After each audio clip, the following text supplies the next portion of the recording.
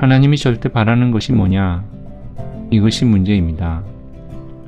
하나님이 바라는 게 뭐예요? 하나님이 절대적으로 바라는 게 뭐냐? 능력이에요. 오늘날 기성교회, 기성신학에서는 하나님은 전지전능하시기 때문에 공의 심판주로 와서 선한 사람은 천국에 보내고 악한 사람은 지옥에 보낸다고 합니다. 그런 재판장이 좋아요? 세상의 재판장이 좋아요? 무슨 고약한 하나님이 되어가지고 지옥으로 보내고 천국 보내게끔 만들었어요. 논리적으로 전부 부당한 처사라는 결론이 되는 것입니다. 기성신학에서는 창조주 하나님은 거룩한 분이고 하나님으로부터 창조된 피조물은 속된 것이라는 논리를 들고 나옵니다. 이것은 우주 생성의 본성적 원리에 이배되는 논리입니다. 기독교의 전통적 주류 사상이 사랑이라 하는데 속된 죄인과 거룩한 하나님이 어떻게 하나 될 수 있어요? 이론적 근거를 대라 이겁니다. 이론을 못 대면 허무한 것입니다. 가짜입니다. 그렇기 때문에 하나님에게도 절대적인 하나님 자신이 절대 복종하고 절대자인 하나님이 생명을 버리더라도 유하고 싶고 갖고 싶은 상대가 있어야 되는 것입니다. 오늘날 기성신학자들이 말하기를 신앙 전체를 우리는 비판해야 할 때다. 지금까지 신관, 인생관에 대한 모든 것을 재검토할 때에 들어왔다고 합니다. 지금까지 신학사조는 피조물은 거룩하신 창조주와 대등한 자리에 설 수 없다는 것이었습니다. 그러면 사랑은 어떻게 하느냐? 하나님 혼자서 사랑하겠느냐? 평안이 행복이니 하는 것은 뭐냐? 하나님은 혼자 하겠느냐? 묻게 된다면 대답을 어떻게 할 거예요? 대상이 있어야 합니다. 기독교에서는 절대적 하나님만 믿으면 무엇이든지 된다고 합니다. 그렇기 때문에 독재 국가가 나왔고 피를 흘린 것입니다. 사랑이란 논리를 찾을 수 없습니다. 하나님만이 제일이라고 하는 전제 아래서는 아무리 가봤자 사랑의 하나님 꽁무니만 따라다녀야 될 것이 아니에요. 사랑이라는 것은 대등한 개념에서 시작되는 것인데 그런 개념에서는 수평이 안 되고 수직을 찾을 수 없습니다. 독재 역사가 나오고 피 흘리는 역사가 기독교를 등에 업고 나옴도 하나님만을 절대시했기 때문입니다. 내가 하나님 대신 칼 든 것도 하나님이 종이기 때문입니다. 이러는 것입니다. 그러나 통일교회가 위대한 것은 그것을 넘어서서 하나님도 절대자지만 절대자로서의 절대사랑 앞에 굴복할 수 있는 것을 논의한다는 사실을 또 하나의 세계를 창조할 수 있는 영혼이 있다는 사실을 가졌다는 것입니다. 그래서 하나님도 사랑에 절대 복종하는 것을 좋아한다 이겁니다.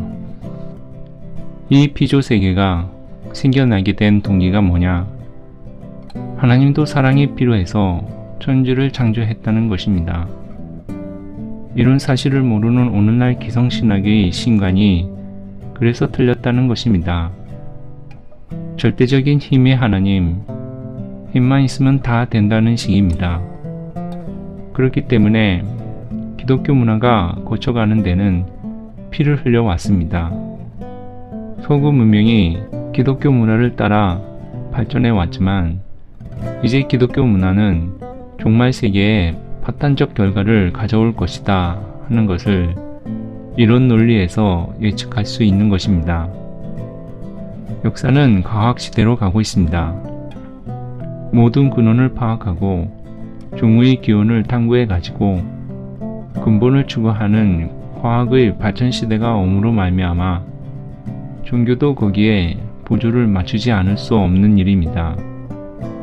거기에 주체적 관을 가지고 세계가 어떻고 창조의 내용이 어떻다는 것을 설명해 가지고 하나님을 입증할 수 있는 종교가 나와야 할 텐데 그런 종교가 없기 때문에 하나님이 살아있는 한 그런 종교의 내용을 준비해야 된다는 것입니다.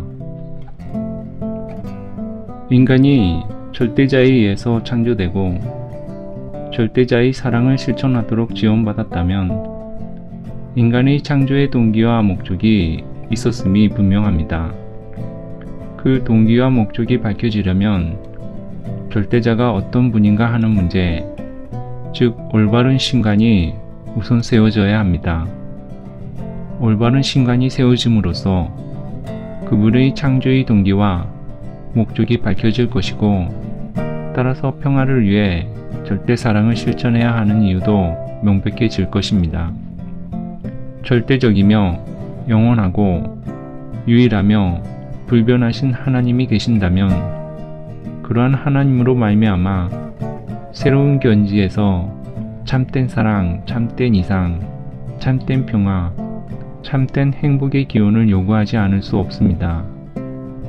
그런 입장에서 볼 때 하나님이 자신으로 보는 신관, 하나님이 자신으로 보는 인생관, 하나님이 자신으로 보는 물질관, 이것을 확실하게 하는 데서부터 비로소 새로운 평화와 새로운 행복의 세계를 우리는 맞이할 수 있는 것입니다. 종교 분쟁의 근본 원인도 역시 본질론의 애매성에 있습니다. 절대자는 오직 하나며 둘이나 셋이 있을 수 없음에도 불구하고 각 종교의 지도자들은 자신의 절대자만이 바른 신이며 그 외의 신은 참신이 아니라고 보고 있기 때문에 결국 종교마다 절대자가 있는 셈이 되어 절대자가 여럿이라는 배리가 성립됩니다. 따라서 오늘 종교의 신은 상대적인 신에 불과하였다는 결론이 되어 각 종교를 통해 세워지기로 되었던 절대적 가치관, 즉 하나님의 사랑과 진리에 관한 이론은 상대적인 것에 머물고 있습니다. 즉 이때까지의 종교는 혼란을 수습할 수 있는 절대적 가치관을 세울 수 없다는 결론에 서게 되는 것입니다. 그것은 모든 종교가 절대자에 대한 정확한 해명을 내놓지 못했기 때문에 생기는 필연적인 결과라 아니할 수 없습니다. 각 종교마다 그 교리가 성립되는 근거로서의 절대자가 있습니다. 유대교의 절대자는 여호와의 신이요, 기독교의 절대자는 갓, 즉 하나님이요, 회회교의 절대자는 알라신입니다. 유교나 불교는 절대자를 명시하고 있지는 않지만 유교의 덕목이 근본인 이는 천명과 연결되어 있기 때문에 천이 유교의 절대자라고 볼 수 있으며 불교에서는 제법은 항상 변화하며 진리는 제법의 배후에 있는 진여에서 찾을 수 있다고 하니 진여가 불교의 절대자라 볼 수 있습니다. 새로운 종교를 위한 본체로는 종래의 모든 절대자가 각각 별개의 신이 아니라 동일한 하나의 신임을 밝혀야 합니다.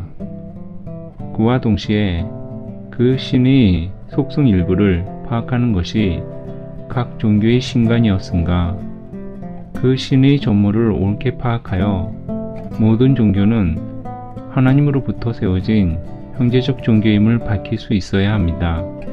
뿐만 아니라 그 본체로는 하나님의 속성과 함께 창조의 동기와 창조의 목적과 법칙을 밝혀 그 목적과 법칙이 우주 만물의 운동을 지배하고 있다는 것과 인간이 지켜야 할 규범도 결국 이 우주의 법칙, 즉 천도와 일치함을 해명해야 할 것입니다. 통일교의 원리가 위대한 것이 무엇이냐 하면 창조성이 구체적이라는 것입니다. 창조가 어떻게 되었느냐 하는 것을 알게 되는 것입니다. 그 다음에 어떻게 타락했느냐 하는 실질적인 논리가 있습니다. 그 다음엔 역사관이 있습니다.